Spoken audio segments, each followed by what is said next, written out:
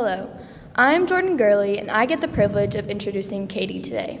As you all know, Catie is your pep club president, probably one of the peppiest ones out there at that. But what you might not know is that she's the girl who is always willing to go out of her way to help you, is passionate about everything she does, and perseveres like no other.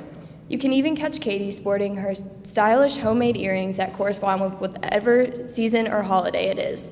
Her contagious laugh, her smile, and her spilling water on Dr. Lyon's notes sophomore year are only a few of the reasons why the class of 2019 loves her, but I know she will give you a million more reasons to love her today. So with that, I give you Catie Lockhart.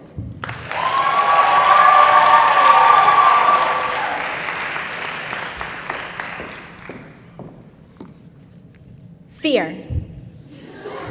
Hold that thought. Now, think of your favorite movie. Probably something sweet like a rom-com or a funny Disney movie, right? Now think of people's reactions when you mention it.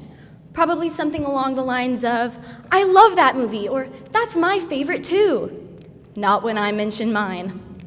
The Omen. Now you're probably having the normal reaction. What's that? What is it about?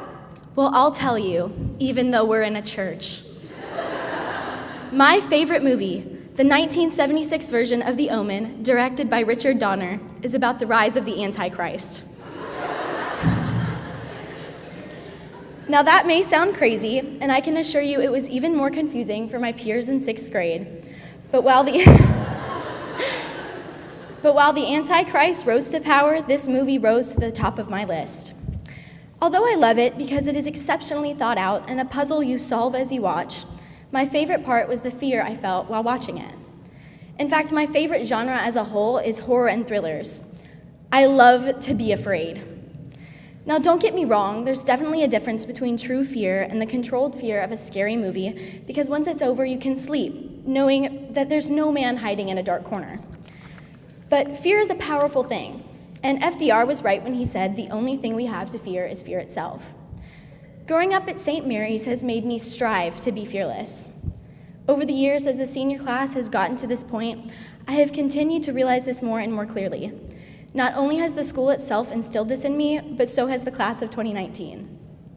With the unconditional love afforded to me, I've never questioned raising my hand, calling out a wrong answer, making mistakes, or failing, because all of you helped me get back up and have taught me how to do so myself.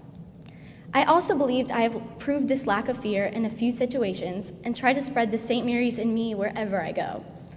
Today, I'll share 2 examples. The first happened in Cedar Point, Ohio, with Emily Richards. For those of you that don't know, Cedar Point is a Peanuts-themed amusement park that includes some incredibly daring roller coasters that are not for the faint of heart. The first year we went, we seamlessly conquered every ride in the park, but the second trip was a bit different. Emily's desire to be on the brink of death changed the itinerary for, well, the memorable. At this point, I should mention I do have a true fear of heights. Despite the fight I initially put up, I succumbed to getting on a slingshot that appeared to fly freely, roughly 200 feet in the air before plummeting back to the earth. This high-tech ride gets even better, though. It had a video camera that recorded your flight and live-streamed it to those on the ground.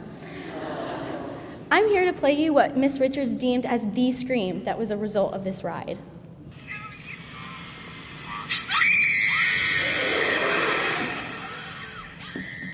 Now, for the second story, a fan favorite, the time my brakes stopped working on the way to school. I was driving on Shady Grove and going through the bend approaching Yates when a small warning came up. Your brakes may be malfunctioning. Slow down. A normally alarming message, I was sure it was probably just my old car Myrtle with another meaningless pop-up. It wasn't. I moved maybe another 15 feet forward when every single alert in my car began flashing and beeping at full volume as I barreled toward the intersection as the light had just changed to red and cars were flying by. I began trying to recall everything Max Maxwell had taught me. And just before I reached the intersection, as a last-ditch effort before running myself up the curb, I threw my car into park and miraculously managed to stop. For this story, I can't totally say I was fearless, because although the event itself didn't scare me too much, I was terrified of being late to school. I walked into history about 20 minutes late, and although Coach was not having it, I couldn't help but laugh when Megan Tang said, "Hey, I saw you stuck on the side of the road.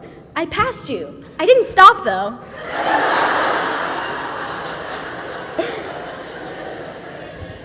So this is what I hope for you. Be fearless. Don't be afraid to do what you love and say what you think, or accidentally call golf soccer in front of the whole school after failing to hit a stuffed turkey with a golf club. Take hold of every challenge life throws at you and do it with all the passion that you have. As my mother jokingly told me to make my senior quote, "Don't take life too seriously. No one gets out alive anyway." As dark as this may sound, by choosing to let things go and live without apprehension, it is far easier to enjoy life, especially in the small things. Learn from your mistakes and to laugh at yourself, because the worst mistakes often make the best stories. Plus, who knows? This may just be your omen. Thank you.